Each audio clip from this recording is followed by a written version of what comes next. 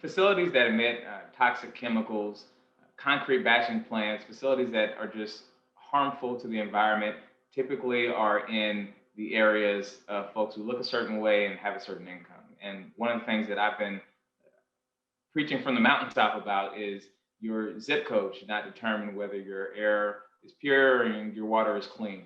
So we have really focused our environmental justice efforts in those lower income zip codes, the areas where you're going to see more refineries, more concrete batching plants. And we do it in a few different ways that I mentioned earlier with objecting to the permits, going in and pursuing enforcement actions where appropriate. But part of it is also listening.